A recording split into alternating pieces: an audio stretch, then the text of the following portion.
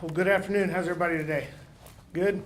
Hope everybody had a good holidays. And as always, I have to start by thanking our community that we serve here in San Antonio. It's an honor and a privilege to be able to provide the service that we provide to the San Antonio and surrounding communities. And we couldn't do that without the leadership and direction of our board. Chairwoman, thank you for being here as always to support us as we talk to our community about the things we've been working on to make sure that we're ready. So as CPS Energy approaches the winter season, we want to inform our community that we have completed the necessary maintenance and planning to ensure reliable service. The maintenance of our plants is on schedule, still a little bit more work to do on a few of the units, but they will be done this month. And our plants and crews are fully prepared. This year, we acquired power plants in Corpus Christi and Laredo to provide our region and our customers here in San Antonio with additional power, providing our commitment to service reliability and continued resiliency. This year, we've added almost 2,000 megawatts of additional generation capacity, which again, we can't do without the support of our board and our community to make these things happen. Currently, we have a total of 8,178 megawatts of available generation resources, a little over 2,800 megawatts more than what our community utilizes should we experience another record-breaking winter peak demand like the one we experienced last January. For those of you who aren't aware, we set a new summer peak this past summer of 5,858 megawatts. Last winter, we had a short but really cold snap where we hit close to 5,400 megawatts. So our summer and winter peaks are not that far off one another, which is why it's so important to consistently be reinforcing our ability to create new generation options for our customers. So beyond securing more energy and installing more technology, we also continue our efforts to support tree trimming. During the winter, weather-related outages due to trees touching lines are the most common cause of outages. So if we have snow, we have ice, those tree branches will start to come down, and you'll see branches that otherwise would be clear of our lines, that have an impact. And so this current year, we've invested close to $20.6 million in tree trimming for fiscal year 2025, more than any year previously. And we also set aside funds for emergency trimming during severe weather events. So we're always prepared to react to whatever the conditions are in the moment. We're committed to investing in infrastructure resiliency, which results in a more reliable service for our community. We've seen, as a result of this added tree trimming, as storms have come into San Antonio, we've seen less widespread outages. So used to, we could get a storm come in and you might have 40, 50,000 customers out at a given time, even if they were out for a short amount of time. Now that number has come way down because we've got ahead of the tree trimming, and that, tree trimming is the number one thing we can do to ensure that our service is what our customers expect out of us. So we're going to continue to remind our customers and our community to conserve energy. Our demand response programs have been essential through all weather events, especially in the winter. So I would ask our customers to continue to sign up for winter demand response programs available for both our commercial and our residential customers. We will continue to push conservation messaging through our winter season on all our platforms. Obviously, CAM is one of my favorite creations that our marketing team has come up with. I would encourage customers, you have to go in either online to our system or call 353-2222, call our customer service line, and make sure that your preferred communication platforms are up to date. Whether you want to be contacted by text, you want a phone call, you want an email, we can do it however you want us to do it, but you have to keep those numbers consistently updated. So in closing, we want our community to know that we've done the work necessary to provide service to our community as we head into the winter season. It's been so far a pretty mild winter, but now I'm going to go ahead and turn it over to Brian Alonso, our chief meteorologist, who will talk to us about what he expects to see as we move into the winter months. Thank you. We'll take questions here in just a second.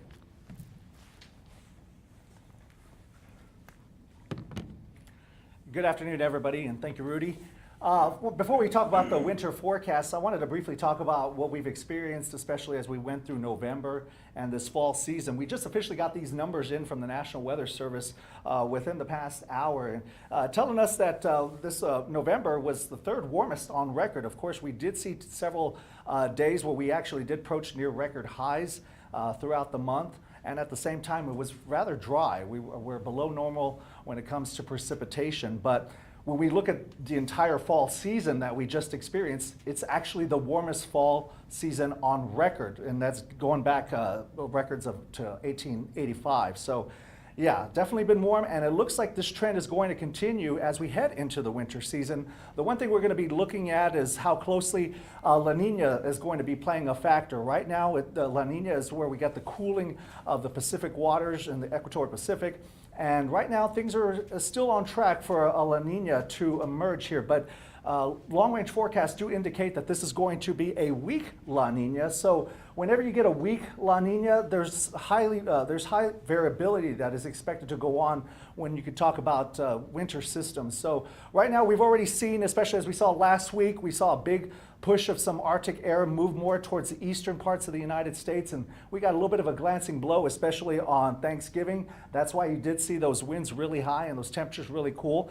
And as you go outside right now, those temperatures are still continuing to be on the cool side, but eventually expecting as we go through the rest of our December, later towards mid and late December, those temperatures continue to stay a little bit above normal, and that's what it looks like as we go through the rest of the December, January, as well as February months. So we're looking at above normal temperatures, and we're looking at below normal precipitation as we look at the entire winter season. Now that's not good news, especially when it comes to the drought situation. We really could use some rain. Now I am grateful to say that we do have some rain chances in the forecast. You may have noticed clouds starting to thicken up a little bit compared to what we experienced this morning. We have a little bit of a weather pattern change going on this week where we're going to have a little bit of overrunning, where we get cooler air at the surface and some warmer temperatures a little bit aloft, and we're going to get a little bit of a storm system that'll create some very light precipitation, and it looks like those rain chances will be lingering with us as we go into the weekend as well as into next week. But for the most part, it is expected to be on the dry side, and with that dryness, and when we get these fronts that come in, that really kicks up the winds and really knocks down the relative humidity levels. So the wildfire threat really does go up across Texas. We're really continuing to be on the really dry side when it comes to the drought and to the exceptional category going on, or excuse me, the extreme category here in Bexar County. But things are not good, and of course we definitely could use that rain, especially when it comes to the aquifer as well as our area lakes. So again, we're going to be looking at above normal temperatures and below normal precipitation as we go through this upcoming winter. Now I'm going to pass it over to Benny Etheridge, Chief of Energy Supply. Thank you. Good afternoon, folks. Benny Etheridge. We've had a busy year. As Rudy indicated, our units are coming back online and they're ready to go as we bring them back. We've completed weatherization activities. We're making the appropriate attestations to ERCOT. Our teams have been trained. Inventory levels are topped off for critical supplies. Our commercial team has got our fuels contracts in place. We've added additional storage capacity and we've added additional supply capacity. So all in all, our fleet's in very good condition and our commercial team stands ready to deal with any issues that may come up. What I will tell you is I'm absolutely glad to hear Brian's forecast. What I will say is we're still prepared for worst case because we all know, we've learned in the past that even though it's a warm season, we could get a few days where it gets really cold. And so our teams are ready for that. As I said, they're wrapping things up now. And with that, I'd like to turn it over to Richard Medina.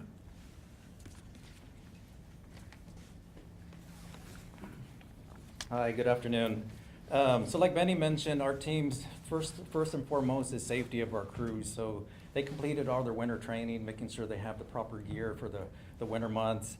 They did all their vehicle checks. And then we move into our operational areas and our engineers have looked at the system, did the modeling on both the electric and gas systems to make sure everything is good. And then as far as inventory levels, those are looking good. Our system operators have completed all the training with ERCOT, so they do black start training and load shed training. And then we also did a wildfire prevention type training also. So our teams are all prepared. And then we also did turn in attestations both to ERCOT and the Railroad Commission for all the work we've done. Our system substation groups have went out there and they checked all their substations to make sure they're ready for the winter, so our systems are all ready to go. Next, I'll turn it over to Deanna.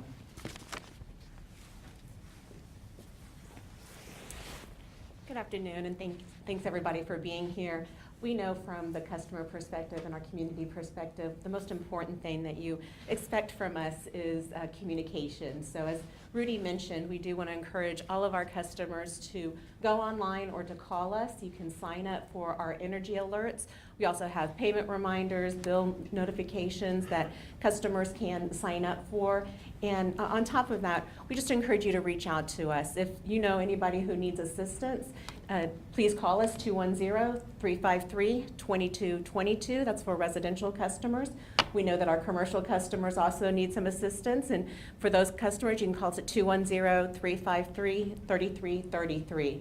We've got a lot of options available out to help our customers, whether it's our demand response programs that Rudy mentioned. We also have critical care, so if you or anyone you know relies on some type of electricity to maintain your medical device, please go and sign up for our critical care program, or again, you can call us 210-353-2222. We also know a lot of people want to be able to help others in need during the holiday season. We have a program in which you could pay the bill for someone or a family that you'd like, so you can go to our website and look at CPS Energy, cpsenergy.com Energy Angels, and you can sign up and help somebody who is in need. And lastly, we'd love to see you. Please feel free to come to any of our events. You can go to cpsenergy.com and /events. You can come see us. We tend to be in 10 places, anywhere in the community, Monday through Saturday, and we'd love to see you. Thank you. Melissa?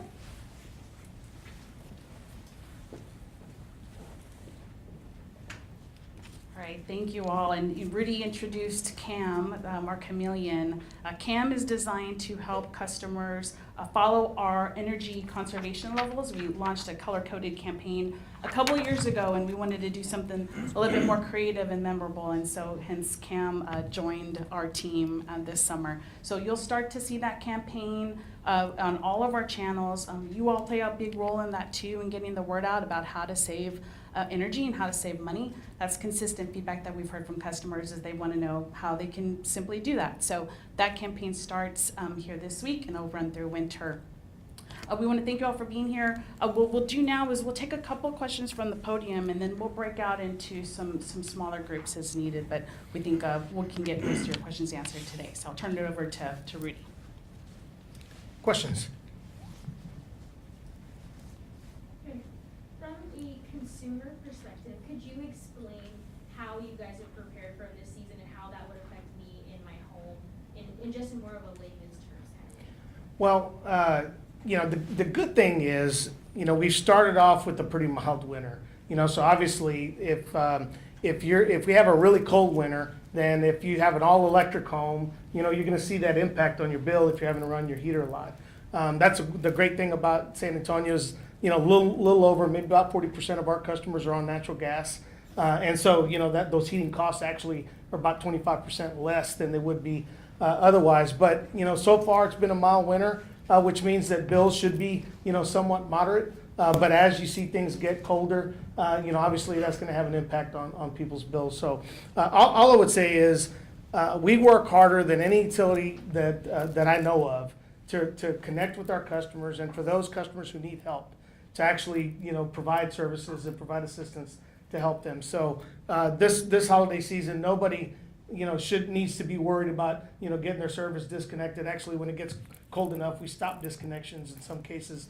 But be proactive. That's the main thing. If you're in a situation where you need a little help this holiday season, just call us and let us put you on a payment plan and help you get through the holidays. Thank you. Yes, sir. When considering stuff like ERCOT's January more report, the reality is that you can do all the right things and still be affected by the rest of the state. I think, and I don't have it in front of me, I think it was like an 80% chance of controlled outages if we had another winter storm Uri from ERCOT's estimates. Sure. How does CPS prepare for that kind of stuff? And great question. You know, CPS Energy, because of our length in generation, actually helps provide reliability, you know, for the ERCOT market in general. If we have excess power, we put that power back onto the market so that everybody's power is more reliable. But in the event, you know, Winter Storm Uri was such a unique 1 in 100 year, I think, Brian, 1 in 100 year storm. So what that means is that, you know, the possibility of occurrence happens every 100 years of an event like that nature. The entire state of Texas was under freezing. And in that moment, we had some gas supply issues, and really all forms of our power generation were impacted. We had issues with our nuclear plants, we had issues with our coal plants, with our gas plants, because our weatherization program was not as robust as it is today. Now, ERCOT actually comes out and inspects the work that we do at the plants that we said we'd done. When I sign attestations that say we confirm that the work you expect us to do is done, our power plant system is more resilient. So losing 20-30% of our generation is probably not likely. And again, it's very unique for the entire state to be under freezing temperatures. Normally, North Texas might be in freezing, South Texas, still good, so you're not gonna have the same impact across the entire state. Now, if we have a Winter Storm Uri, yeah, things could get, if we have the similar circumstances where you start to lose power plants, that's always a risk. And it doesn't matter how much additional energy that we have to give back to the state. If ERCOT goes into a controlled outage situation, then we're all impacted. In the event that was to happen, I will tell you that we have done a lot of work year in and year out to make our the system we use to manage those controlled outages much more robust. So there's a lot more, there's a lot more customers in that system today than there were during Winter Storm Uri, which means that we should be able to rotate outages in the manner in which the system is intended to work.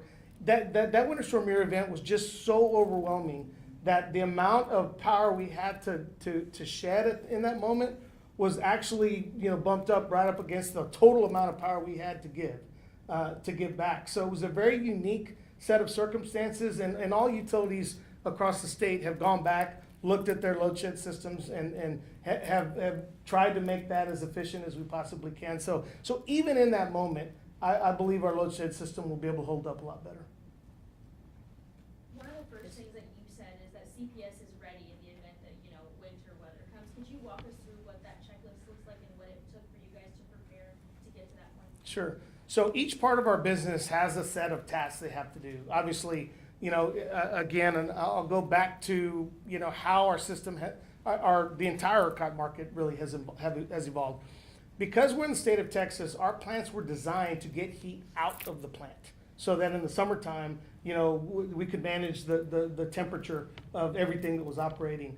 What we learned about Winter Storm Uri is, if you're trying to keep heat in a plant, you've engineered the plant the exact wrong way. So we go around building temporary structures to protect certain pieces of equipment that we knew were subject to the freezing temperatures in a way that was going to impact plant reliability. So now, we know exactly what we had trouble with that last time, and we're protecting it a lot differently. We've changed out equipment that we can't use anymore, relays and things that that didn't work exactly the way they should have in those moments. We've identified those, and we've done, and every year we've got a full checklist. Every plant has is engineered a little differently, has a different set of things we have to do to it to make it more resilient. And so by the time our commitment to ERCOT comes to me to sign, there are sub-lists of sub-lists of sub-lists that Benny and Richard's team primarily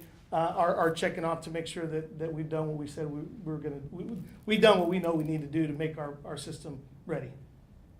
So it is an extensive process. Usually we start that process in September, and again, I just signed the attestations last week, so that's a 2-3 month process.